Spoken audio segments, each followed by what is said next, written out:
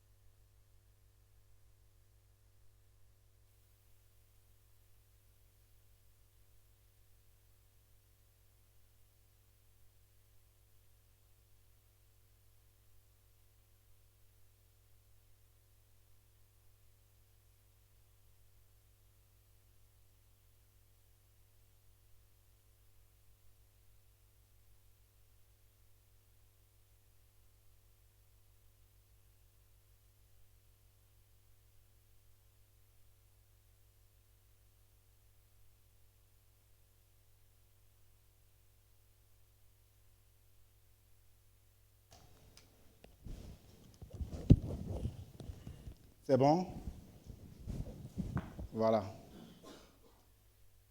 Bien. J'ai un souci quand même que je voudrais partager avec vous. Hein. Je suis en train de négocier avec le conseil. Hein. Aujourd'hui, c'est un 5e dimanche. 5e dimanche, c'est le culte de la famille, où nous voudrons que nos enfants soient avec nous et que nous partageons notre culte, que nous communions et que même le message aussi soit adapté aussi à nos enfants. Mais je souffre. Le président Noël, il sait, hein, j'ai la trouille chaque fois que c'est le 5e dimanche. J'ai peur de prêcher parce que je ne suis pas adapté. Madame Paul Ang, c'est toi qui dois être là pour nous enseigner. Et je suis en train de négocier avec le conseil de sorte que si ça passe, les 5e dimanches, ça soit une journée dédiée soit aux jeunes, soit à l'école des dimanches, de nous mener le culte pour que nous voyions ce que nos moniteurs font avec nos enfants, pour que nous apprécions leur travail et que nous louons aussi Dieu à leur rythme aussi. Vous voyez, c'est une belle chose. Hein? Alors, je négocie toujours avec mon conseil et j'espère qu'un jour, ça va l'être. Alors, tolérez-moi parce que je n'ai jamais été moniteur et mon langage n'est pas vraiment adapté, mais j'essaie de... Je n'ai pas un français soutenu, donc je pense que même les enfants, ils peuvent me comprendre un peu. Désolé si je n'ai pas... Hier, j'ai demandé à mes enfants, est-ce que vous ne pouvez pas venir mimer mon message, vous déguiser pour être à côté? Ben m'a dit, c'est difficile ça. C'est un peu compliqué quand même, hein, les 5e dimanches pour nous tous. Mais j'ai un message pour nous tous ce matin. Ce message que Dieu a mis sur mon cœur. Le Seigneur veut que nous suivions ses traces. Et le sujet, le thème donc de ce matin, c'est que suivons les traces de Jésus, notre Maître. Suivons les traces de Jésus, notre Maître. Ce thème, je me suis inspiré du passage de 1 Pierre. 1 Pierre, le chapitre 2, je pense, oui, le chapitre 2, verset 21 jusqu'à 25. J'ai fait la lecture en français ici. 1 Pierre 2, verset 21 jusqu'au verset 25. Et c'est à cela que vous avez été appelés, parce que Christ aussi a souffert pour vous, vous laissant un exemple, afin que vous suiviez ses traces. Lui qui n'a point commis de péché, et dans la bouche duquel il ne s'est point trouvé de fraude, lui qui, injurié, ne rendait point d'injure, maltraité, ne faisait point de menaces, mais s'en remettait à celui qui juge justement. Lui qui a porté lui-même nos péchés en son corps sur le bois, afin que, morts au péché, nous vivions par la justice. Lui, par les maîtrissures duquel vous avez été guéris. Car vous étiez comme des brebis errantes, mais maintenant, vous êtes retournés vers le pasteur, le gardien de vos âmes. Amen. Je ne parle pas de moi, pasteur. Hein. C'est Jésus le pasteur, qui est le gardien de nos âmes. Amen. Alors, l'apôtre Pierre, par ce texte que nous venons de lire, comme les autres apôtres d'ailleurs, ont voulu nous sensibiliser au message de Christ en nous décrivant la vie de Jésus, la vie de Christ, pour que nous comprenions réellement l'enseignement de Jésus-Christ. Et sachez que chaque écrivain, sous la direction de l'Esprit Saint, nous transmet les illustrations qui l'ont marqué. L'apôtre Pierre va utiliser dans le texte qui va retenir notre attention ce matin, deux descriptions, deux choses qu'on voit dedans. Celle du modèle à imiter, ça c'est une description qui nous donne. Et deuxième chose, celle des traces des pas du Seigneur à suivre. Donc il y a deux choses qu'il veut nous montrer là. Il y a l'image, l'exemple, le modèle, et il y a aussi les pas qu'il faut suivre. Donc voici les deux images que nous percevons dans le texte que nous venons de lire. L'apôtre Pierre s'adresse ici aux croyants persécutés dans le monde. Il leur dit, comme ils sont appelés à croire au Seigneur Jésus et à le suivre, ils seraient aussi appelés, ceux qui suivent Jésus donc, à la souffrance comme le Seigneur. Il rappelle à ces chrétiens persécutés dans le monde, comme vous êtes appelés à suivre les pas du Seigneur, vous aussi, vous serez appelés aussi à souffrir comme le Seigneur. Je pense bien que je me fais comprendre. Rappelons-nous que la persécution ne fut jamais la volonté de Dieu. Non. Car l'Éternel, notre Dieu, désirait que même le persécuteur soit sauvé lui aussi. Mais nous savons que la persécution concourt ou contribue au plan de Dieu. Ce n'est pas une chose voulue par Dieu, parce que Dieu nous aime pour nous laisser souffrir, mais la persécution contribue aussi au plan de Dieu. Il est donc préférable, bien-aimé, d'être persécuté pour Christ plutôt que de le renier et de mourir perdu dans le monde.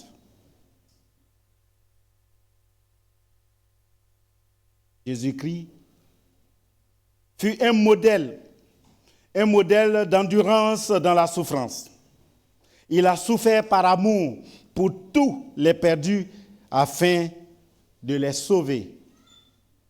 Maintenant, ceux qui sont sauvés comme nous et qui veulent suivre les traces de Jésus-Christ doivent eux aussi souffrir en s'identifiant à Christ lui-même.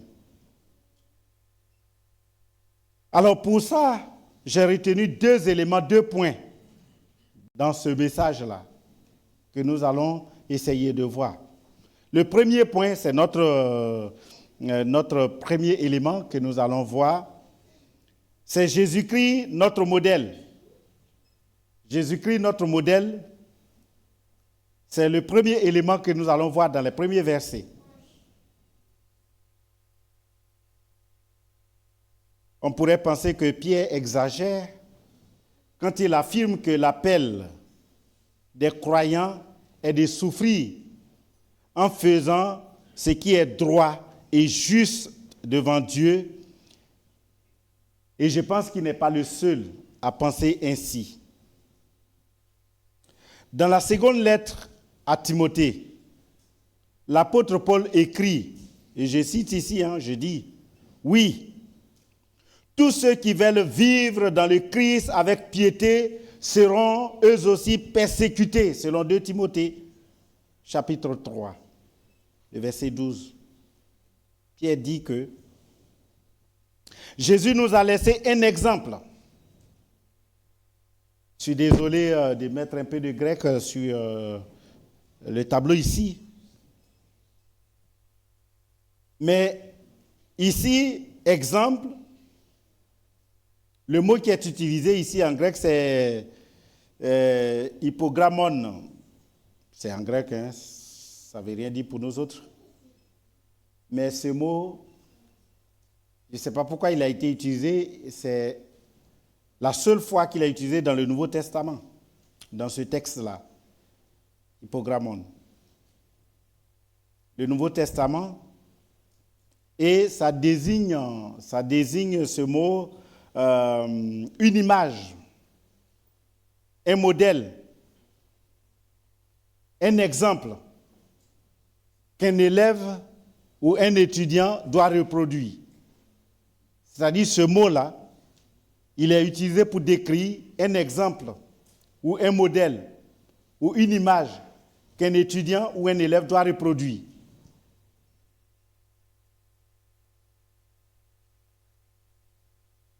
Le mot utilisé ici signifie le modèle, c'est-à-dire l'exemple à suivre. L'apôtre Pierre l'utilise et il est unique. Et c'est un mot qui est composé. Il est composé de 2 parties. Il y a la préposition et puis il y a la proposition principale, ou on peut dire le radical. Donc, on a hypo. Hypo qui signifie sous ou en dessous ou à la base ou dans le fond. Ça, la préposition là, c'est qui précède gramma ou grammon, hypo, c'est ce que ça veut dire. Et puis, la deuxième partie, qui est la partie principale, la proposition principale, qui est grammon, qui vient de gramma, qui en français a donné grammaire. Cette partie, oui, signifie la lettre ou l'écrit, ce qui est écrit, ou la lettre. En résumé, qu'est-ce que je veux dire par cette démonstration? En résumé, ce mot utilisé en grec pour décrire l'exemple, le modèle, ce mot nous parle de ce qu'est en dessous de la lettre, ce qui soutient la lettre, ce qui est le fondement de la lettre. Donc ce modèle, c'est ce qui illustre la lettre. Donc ce modèle, c'est ce qui inspire, ce qui enseigne. Et quand on parle d'inspiration de la lettre, des Écritures, par exemple, on peut comprendre que c'est Jésus qui est à la base de notre inspiration. C'est Jésus qui est à la base. Jésus est donc l'exemple suprême à suivre dans la façon dont il est composé. Jésus est notre modèle. Modèle en tout, et même dans la souffrance devant les injustices, Jésus a subi. Jésus est le modèle à imiter par les croyants qui veulent marcher sur ses traces. Pierre cite une prophétie dans l'Ancien Testament, une prophétie d'Ésaïe, qui dit, je cite là, il dit, on a mis son sépulcre parmi les méchants, son tombeau avec le riche, quoiqu'il n'eût point commis de violence et qu'il n'eût point de fraude dans sa bouche, Jésus fut crucifié comme un vulgaire criminel au mépris de toute justice, alors qu'il était tout à fait innocent et sans péché. C'est dans Ésaïe 53. Si vous lisez le verset 9, vous verrez ces traces. Et pourtant, Jésus a accepté ces choses sans rien dire. Jésus est donc le seul qui n'ait pas commis de péché, ni fraude dans sa bouche, ni ruse, ni tromperie, car tout était saint au-dedans de lui-même. Son silence face aux accusations et à la souffrance prouve qu'il avait pleine confiance en Dieu. Le fait que Jésus soit resté silencieux prouve qu'il avait pleine confiance en Dieu. En Dieu, ce Dieu-là qui prononcera le verdict final et qui lui rendra justice à la fin. En tant que fils de Dieu, Jésus aurait pu, vous le savez, d'un seul mot ou même d'une seule pensée, projeter ces bourreaux, ces maltraitants-là, dans l'enfer éternel. Jésus aurait pu, il avait la capacité, il avait ce pouvoir de le faire, s'il avait voulu. Même devant ceux qui l'injuriaient et le provoquaient, par des paroles blessantes ou des moqueries, il a gardé le silence. Je suis en train de vous décrire un peu ce qu'était Jésus quand il était avec nous sur la terre. Nous devrons nous aussi apprendre cela de Jésus. Nous n'avons pas besoin de nous faire justice nous-mêmes. Mais Dieu nous rendra justice. Devant les accusations mensongères, Jésus s'est tu. Jésus a gardé son silence, il a gardé son calme. Pas qu'il accusait le coup ou acceptait cela, mais Jésus est resté silencieux devant toutes ces choses. Il a été dit dans Ésaïe 53, encore c'est le verset 7, je pense, qui dit « Il a été opprimé et affligé, et il n'a pas ouvert sa bouche. Il a été comme une brebis muette devant ceux qui l'attendent, et il n'a pas ouvert sa bouche. » Je pense que culturellement, ça ne passera pas. Hein, si Noël, si tu m'accuses et que je dis rien, ça veut dire que c'est vrai. C'est ça, hein, culturellement. Si tu dis quelque chose que ce n'est pas vrai, que je dis rien, ça veut dire que qui dit rien, consent. Ça veut dire que je suis d'accord. Donc il faut se défendre. Mais Jésus a fait le contraire. Donc des fois, si tu m'accuses que je dis rien, Noël, sache que ce n'est pas parce que je suis d'accord avec toi, mais je fais comme Jésus. Oui, Christ a choisi d'accepter de souffrir. Il a choisi le silence et il a même demandé au Père de pardonner tous ceux qui le torturaient, tous ceux qui le maltraitaient. En acceptant de pardonner toute la peine du péché, Jésus reconnaît que la sentence divine est juste. Mais il savait aussi que Dieu le déclarerait juste,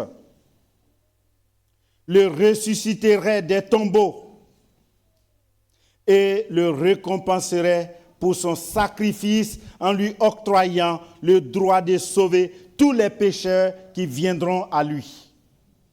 Jésus le savait. Il savait. Il n'avait pas besoin de parler parce qu'il sait que Dieu le reconnaît juste. Accusez-moi comme vous voulez, mais Jésus, il sait que Dieu est juste et Dieu connaît dans son cœur. Et Jésus savait aussi, tuez-moi, mais il était convaincu, crucifiez-moi, mais je sais qu'un jour, Dieu me ressuscitera. Très belle chose, les amis. Quelle confiance. Il sait qu'en acceptant cela, il sauverait plusieurs pécheurs après lui. Voilà pourquoi Jésus est resté silencieux. Voilà pourquoi Jésus n'a pas mis obstacle à ce qu'il soit crucifié. Voilà pourquoi Jésus n'a pas fui. Voilà pourquoi il n'a pas dévié ces choses. Voilà pourquoi il n'a pas condamné ceux qui étaient sur le point de le tuer. Il avait confiance en Dieu. En accomplissant le bien à travers la souffrance, nous suivons nous aussi le chemin de Jésus-Christ. Lui, notre modèle, a été par excellence le bien au milieu du mal, le juste au milieu de l'injuste, des injustes. Il a laissé des traces. Oui, Jésus a laissé des traces. Il a laissé des traces pour que nous les suivions, en posant nos pieds dans l'empreinte de ses pas. Jésus a laissé des traces pour que nous qui le suivions, nous posons nos pieds dans l'empreinte de ses traces, de ses pas. C'est ça que Jésus nous a laissé, ce modèle-là, pour que nous le suivions. Tel est le modèle placé devant nous, bien-aimés en Jésus-Christ. La vie du Christ sur la terre se termine à la croix. Christ, on peut dire que sa vie finit sombrement là. Sa marche, son ministère finit où? À la croix. Oui, mais nous qui voulons le suivre, nous les appelés, qui voulons le suivre, c'est avec la croix d'ailleurs que commence notre nouvelle vie. Noël, tu veux suivre Jésus? Jésus, il termine à la croix. Mais toi, c'est avec la croix que tu vas suivre Jésus. Est-ce que vous comprenez la profondeur de cela? On ne laisse pas la croix pour suivre Jésus. Mais c'est avec la croix qu'on commence notre vie chrétienne. Alors à toutes les personnes qui commencent leur vie chrétienne, c'est avec la croix sur votre épaule que vous allez suivre le Seigneur Jésus-Christ. Ceux qui veulent le suivre doivent renoncer à eux-mêmes. Matthieu 16 nous dit, Matthieu 16, 24, ceux qui doivent suivre Jésus doivent renoncer à eux-mêmes. Ils doivent fixer leur regard, leurs yeux sur le Seigneur qui seul peut transformer leur image. C'est comme un peintre le fait. Un peintre, vous savez, ceux qui font les tableaux là. Comme un peintre le fait, lorsqu'il veut reproduire un tableau, ok, il s'imprègne d'abord de la pensée de son auteur, du premier tableau. Il s'imprègne d'abord de la pensée de son auteur. de la même forme du tableau, des coloris de son œuvre pour reproduire. Avant de reproduire un tableau, il faut d'abord voir ce que le peintre qui a fait ce premier tableau voulait décrire. Un paysage, une histoire, il faut connaître ça. Ensuite, les couleurs choisies, la forme du tableau, les éléments avant de vous mettre à l'œuvre. Et c'est ce que le Seigneur essaie de nous montrer, ce modèle-là. Il faut que nous connaissions le Seigneur, il faut que nous apprenions du Seigneur pour pouvoir suivre les traces de Jésus, pour pouvoir accepter ce modèle du Seigneur. De même, en fixant les yeux sur Jésus-Christ, nous pouvons saisir ce qu'est le modèle de Christ pour nous ce matin. C'est ça que je voudrais que nous retenions dans le modèle que le Seigneur nous laisse.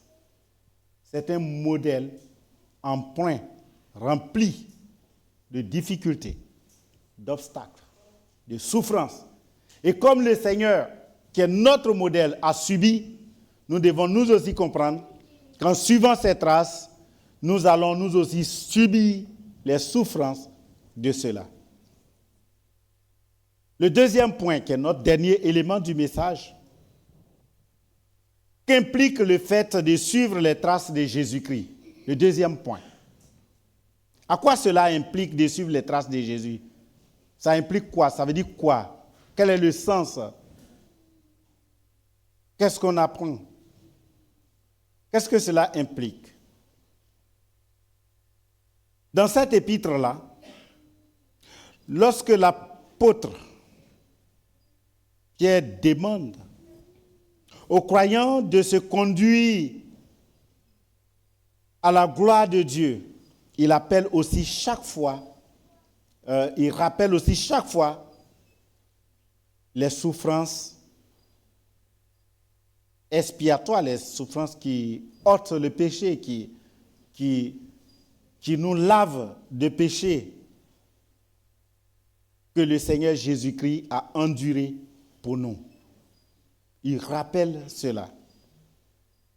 Nous ne devons jamais perdre de vue le prix payé. Quand nous sommes en train de suivre les traces du Seigneur Jésus-Christ, nous ne devons pas perdre de vue le prix payé par le Seigneur pour le pardon de nos péchés. N'oubliez jamais cette souffrance-là. Il y a des choses qui marquent les peuples et qu'on n'oublie jamais. Moi, je n'oublie jamais, ce n'est pas à mon temps, c'était au XVIe siècle, que l'histoire du peuple baoulé que je revendique est partie dans une lutte de trône dans le pays actuel appelé le Ghana, où les baoulés étaient et devaient régner. C'était une femme qui devait sur ce trône-là. Et un des frères de cette reine n'a pas voulu céder le trône à sa sœur. Et c'était un conflit. Et le peuple baoulé est parti pourchassé par les gens, les frères de cette dame. Et tous ceux qui aimaient cette dame, la reine, l'ont suivie. Elle s'appelait la reine Pokou au XVIe siècle. Et qui est partie du Ghana et qui s'est retrouvée en Côte d'Ivoire, de qui nous sommes nés. Ça, c'est l'histoire des baoulés que je vous donne aujourd'hui. C'est bien aussi de se cultiver. Hein. Si vous racontez ça à Olivier qui parle baoulé maintenant, ça aussi c'est un élément que je te donne. Le jour où tu raconteras ça, on sera en Côte d'Ivoire que tu vas raconter. Ah oui, je connais l'histoire des baoulés, tu les racontes. Ils vont te dire, où tu as appris ça, monsieur? Très bien. Et je sais que les Mongols aussi ont leur histoire. Même les Mongols en France, aux États-Unis, en Guyane, ont aussi une belle histoire, ou une tragique histoire. Il y a des choses qu'il faut savoir, qu'il ne faut jamais oublier. Donc, dans notre marche avec Jésus, en suivant le Seigneur, il y a des choses que nous ne devrons pas oublier. Nous ne devons pas oublier qu'un prix a été payé pour le pardon de nos péchés. Ayez toujours cela en votre esprit, bien-aimés. C'est très important que nous ayons cela. Il a lui-même porté nos péchés en son corps sur le bois, selon le verset 24. Pierre cite encore une prophétie d'Ésaïe ici, Ésaïe 54. J'ai fait un résumé, verset 4, 5, 6, verset 11. Jésus a subi le châtiment de tous les péchés de tous les hommes qui lui font confiance. Jésus a subi le châtiment de tous les péchés de tous les hommes qui lui font confiance. Jésus a payé le prix de tous les péchés de tous les hommes. Si vous faites confiance en Dieu, si vous vous confiez en Dieu, Jésus a payé le prix de vos péchés. Vous êtes pardonnés. Souvent, il y a certains mouvements évangéliques qui pensent que même si vous êtes converti, que vous êtes chrétien, les péchés de vos parents sont toujours en vous. Et ils appellent quelque chose les liens ancestraux. C'est ça, les liens ancestraux. C'est-à-dire mes parents étaient animistes comme moi, par exemple, on était chamanistes là-bas, mes frères là. Donc comme c'est une famille de chamans, donc ça veut dire que même si je suis en Jésus, les gens disent, oh Jean-Claude, tu sais, les liens de tes parents, ça ne peut jamais te quitter, tu as encore les cordons avec le diable de toujours. Oh là là. Je voudrais que vous sachiez que Jésus, il a rompu ce lien-là. Et que votre vie en Jésus a coupé ce pont-là. Et que vous n'avez plus rien à voir, même si votre père, moi j'ai dormi en tant que chrétien et même jusqu'à pasteur, parmi les idoles, les fétiches, je ne sais pas si vous connaissez le mot fétiche, c'est des petites statuettes, vous voyez, qui sont dans les angles des maisons. Et même mon grand frère, dans sa chambre, il a suspendu un petit canari avec une corde au-dessus du lit. Un jour, je dors là et puis il me provoquait. Il me dit, tu as bien dormi? Je dis, j'ai trop ronflé aujourd'hui. Il dit, mais tu n'as pas peur de ce truc? Il dit, mais tu sais, le fait que tu m'as logé ici, ils n'ont plus de pouvoir. Et si tu continues, tu vas mourir. Parce que ma présence a détruit leur pouvoir. Sachez qu'en Jésus-Christ, vous avez la capacité de détruire tous les pouvoirs de tout ce qui est diabolique. C'est une force que nous avons. Mais des fois, les chrétiens ignorent ça. Oh, ça me fait mal, là. Comprenez pas. Des fois, quand les gens me racontent leur histoire, je dis, mais est-ce que Jésus, je peux me mettre à sa place? Parce que moi, j'aime trop le conflit avec le diable. Je vais me mettre à leur place pour combattre pour eux, pour être.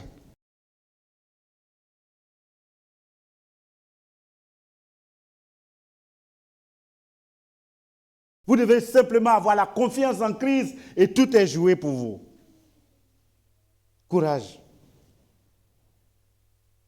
Il a pleinement satisfait exercer sa grâce envers ceux qui croient et de leur accorder le pardon. Dieu a déjà tout fait par Christ.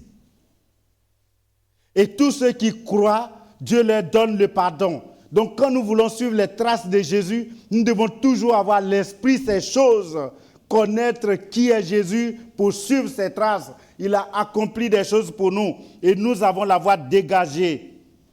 Dieu a exercé maintenant sa grâce dans notre vie. Nous sommes dans la grâce du Seigneur. Je suis content. Moi qui ne méritais pas. Je regrette aujourd'hui que quand le Seigneur m'a pris, je voulais partir loin de tout ce qui est diabolique. J'ai brûlé mes photos de mon passé. Aujourd'hui, je les cherche. À l'époque, il n'y avait pas Facebook. J'aurais dû sauvegarder des images que j'aurais tirées aujourd'hui pour voir qui est-ce que j'étais. Et si vous voyez cela, vous ne me donnerez même pas à boire chez vous. Je n'étais même pas un bon enfant. Un faux. Mais quand je vois ce que je suis moi-même aujourd'hui dans le Seigneur, oh, je suis content. Mes enfants m'aiment, ma femme m'aime, je suis adorable. Innocente, heureusement, tu m'as connu quand déjà j'étais transformé. Hein. C'est ça que Dieu fait dans notre vie, bien-aimés. Vous voulez marcher sur les traces de Jésus, il faut que vous sachiez ce qu'il a accompli pour vous. Et il a accompli beaucoup de choses pour vous. Si vous êtes là ce matin, Vous savez que Dieu a fait beaucoup de choses et chacun a son témoignage ici dans son appel et ce que Dieu a fait pour lui. C'est ça qui doit nous motiver quand nous suivons notre Jésus. La facture du péché étant réglée, le croyant reçoit maintenant la vie éternelle. Amen. Vous pouvez répondre quand j'ai dit Amen. Hein. On va être comme les évangéliques charismatiques là. Amen. Et puis ça répond Amen. Si je vous amène en Côte d'Ivoire, vous allez subir ça. Hein. Ah oui, là-bas, si je prêche ou quand un pasteur ou un prédicateur prêche, quand il dit Amen, le peuple dit Amen. Ça rend vivant quand même. Hein. Mais les Asiatiques, ils ne sont pas trop parlants. Hein. Moi, j'ai été prêché dans une église chinoise. Hein. Je dis Amen. Je dis, mais ils sont contents ou ils ne sont pas contents? Ne vous gênez pas de répondre. Moi, ça ne me gêne pas et puis ça n'enlève pas notre foi. Voilà. Son corps saint, Jésus, je parle de Jésus, son corps saint et sans trace de péché a été préparé par Dieu lui-même pour le jour des sacrifices, selon Hébreux 10. Si vous lisez les versets qui suivent. Il fallait le corps d'un homme saint pour porter les péchés des hommes et souffrir la mort pour eux. Il fallait cet homme-là. Un homme saint, un homme sans péché, un homme pur, un homme à qui on ne reproche rien, pour qu'il soit sacrifié pour le pardon de tous les péchés de l'humanité, des gens qui sont là, des gens qui naîtront, des gens qui viendront des siècles, des millénaires plus tard. Il fallait quelqu'un pour commencer cela, pour arrêter les sacrifices, pour arrêter les adorations, pour arrêter le chamanisme. Il fallait quelqu'un. Ce quelqu'un, c'est qui? Jésus. Et c'est lui que nous voudrons suivre. Nous voudrons suivre ses traces. Il faut que nous sachions ces choses pour marcher sur les traces de Jésus. Ah, pardonnez.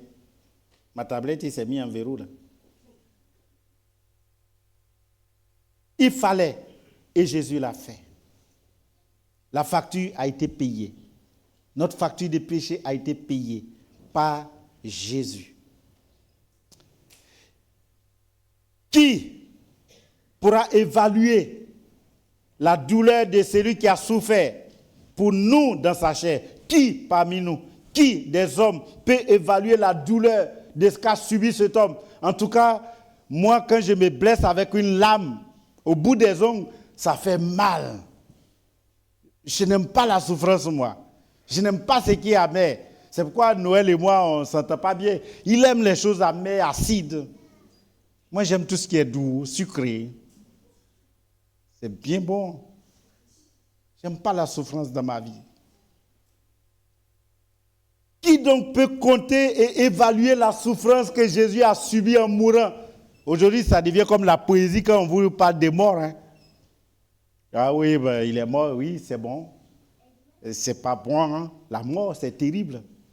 Moi, j'imagine pas, des fois je suis là, j'imagine quand on va lever des corps pour aller enterrer, je regarde la personne, je dis, arrêtez un jour, j'étais là, je voulais essayer pour voir comment les morts ils souffrent. J'ai bouché ma bouche et puis mes narines. Au bout de 3 minutes, j'étais gonflé comme ça, je ne pouvais plus. J'allais exploser. Quand j'ai... Ah oui, c'est douloureux de mourir. Je ne sais pas si c'est comme ça se passe. Aucun des morts n'est venu nous dire comment ça s'est passé, l'arrêt du souffle. Mais c'est une souffrance surtout quand c'est à la croix. Quand on vous met des clous dans les mains, dans les pieds, et que vous êtes suspendu. Ça doit être douloureux, j'imagine. Mais Christ l'a fait. Il a accepté cela. Qui peut évaluer ces douleurs-là? C'est important de savoir bien aimer ces choses quand vous décidez de suivre les traces de Jésus. C'est très important de savoir ces souffrances-là. De savoir qu'il a subi pour nous ce qu'il a subi pour nous. Et l'expression vers la fin, faire demi-tour, porte en elle l'idée de repentance quand il dit retourner. Faire demi-tour, c'est l'idée de repentance. de tourner le dos au péché et donc de faire une nouvelle vie avec Jésus-Christ. C'est ça que ça veut dire là. Si vous n'avez pas accepté la mort de Christ à votre place, vous êtes toujours un pécheur perdu. Je dis, si vous n'avez pas encore accepté la mort de Christ à votre place, vous êtes toujours des pécheurs perdus et condamnés dans le bloc des accusés. Si vous n'avez pas encore accepté cela, vous êtes perdus, vous êtes condamnés dans le bloc de tous ceux qui sont accusés, qui attendent leur jugement final. Si vous n'avez pas porté, si Jésus plutôt n'a pas porté votre châtiment, votre souffrance, celle-ci sera et restera sur votre tête, comme on le dit, comme l'épée de Damoclès. Ça reste toujours suspendu sur votre tête. Suivre les traces de Jésus implique que le disciple doit avoir une consécration entière de sa personne à Dieu. Suivre les traces de Jésus voudra dire que le disciple qui veut suivre les traces de Jésus doit avoir une consécration entière de sa personne, à l'instar de l'apôtre Paul. Jésus dira, si quelqu'un veut marcher à ma suite, qu'il renonce à lui-même, qu'il se charge de sa croix et qu'il me suive.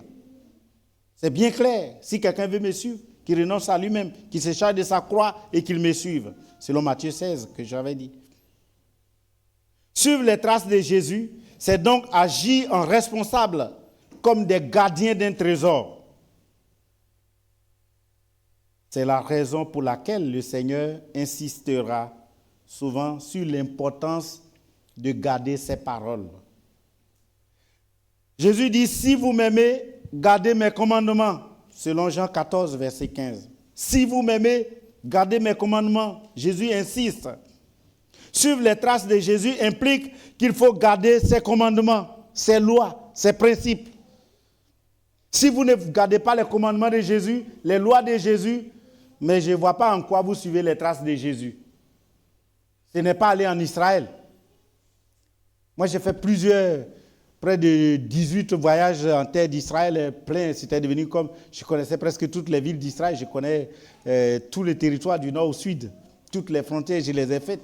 Mais je vous dis, quand on partait avec des pèlerins, on les appelle les pèlerins, les touristes qui vont visiter Israël, de l'Afrique, aux choses, mais quand on arrive, quand je vois les gens qui pleurent, je vois des gens qui pleurent. Oh, mais voici là où on a mis le corps de Jésus, vous savez, la tombe du jardin là, Garden Tomb. Ah oui, oh, mais voici. Ah, donc le Seigneur était couché ici. Je dis, non, il paraîtrait que c'est pas ici. Il dit, non, pasteur. Et il y a un monsieur qui m'appelle, le guide touristique, tu sais, eux, c'est leur argent. Il dit non, oui, c'est vrai, il y a des suppositions, mais il ne faut pas dire ça. Si tu dis ça, ça tue un peu la foi des gens qui viennent. Il ne faut pas mettre le doute là. Mais c'est vrai, ce n'est pas vrai. C'est une supposition, ce tombeau-là. Il y a une probabilité, mais on n'est pas convaincu à 100%. Donc il y a un doute. C'est pourquoi à Jérusalem, Jésus a 2 tombes. Et tous ceux qui ont visité, ils ne vont pas nier ce que je dis. Il y a 2 tombeaux pour Jésus à Jérusalem. Il y a le Saint-Sépulcre que les catholiques ont pris. Ils disent, c'est ici. Et nous, les protestants, disent, nous, on n'est pas d'accord là. Ici, c'est Garden Tomb, c'est pour Jésus. Et nous, les protestants, on est là. Jésus a 2 tombeaux. Oh là là.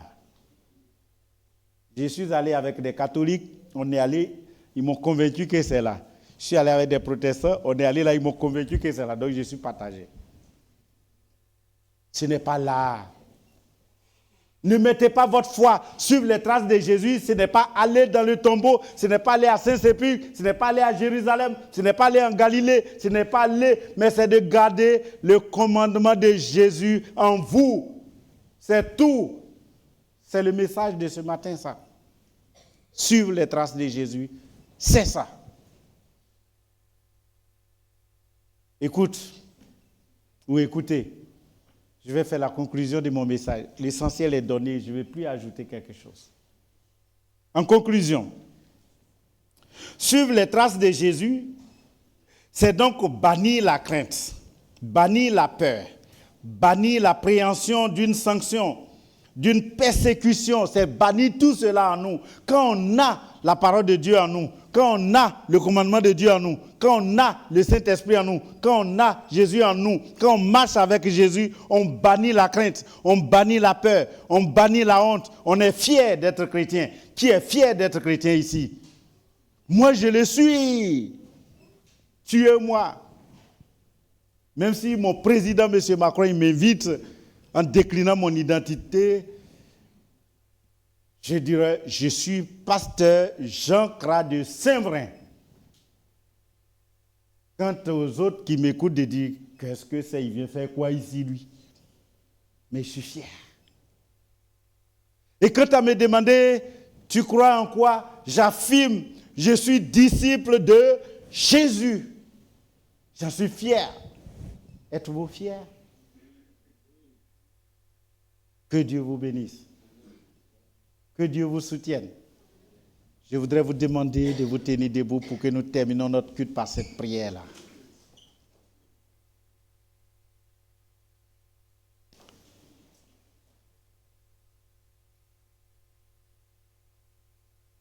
Seigneur,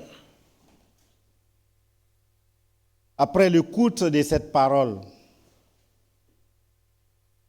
suivre des traces, suivre tes traces à toi, requiert en nous la connaissance de ta parole, requiert en nous la foi. Seigneur, il est arrivé que nous n'ayons pas de foi en nous devant les épreuves, devant les difficultés, devant les pressions, devant la persécution. Ce matin, tu nous révèles que tu es notre modèle. Et le modèle que tu nous laisses, c'est que tes traces sont remplies d'obstacles. Nous te prions, Seigneur, de nous donner la force dans cette marche derrière toi. Que nous puissions, Seigneur notre Dieu, traverser toutes ces épreuves avec victoire, parce que tu seras toujours avec nous. Bénis tes enfants. Toutes les personnes qui sont abattues ce matin, qui sont affligées, qui sont découragées, qui manquent de foi, qui manquent de vigueur, qui manquent de zèle, qui manquent de service, qui manquent d'engagement. Nous prions ce matin que tu nous renforces à partir de ce que tu viens de nous dire. Fais de nous tes instruments, fais de nous tes disciples. Tiens-nous la main, Seigneur, pour que nous suivons tes traces jusqu'à la fin de notre vie. Au nom de notre Seigneur Jésus-Christ. Amen. Que Dieu nous bénisse. Veuillez vous asseoir. Alors, notre culte est fini, hein?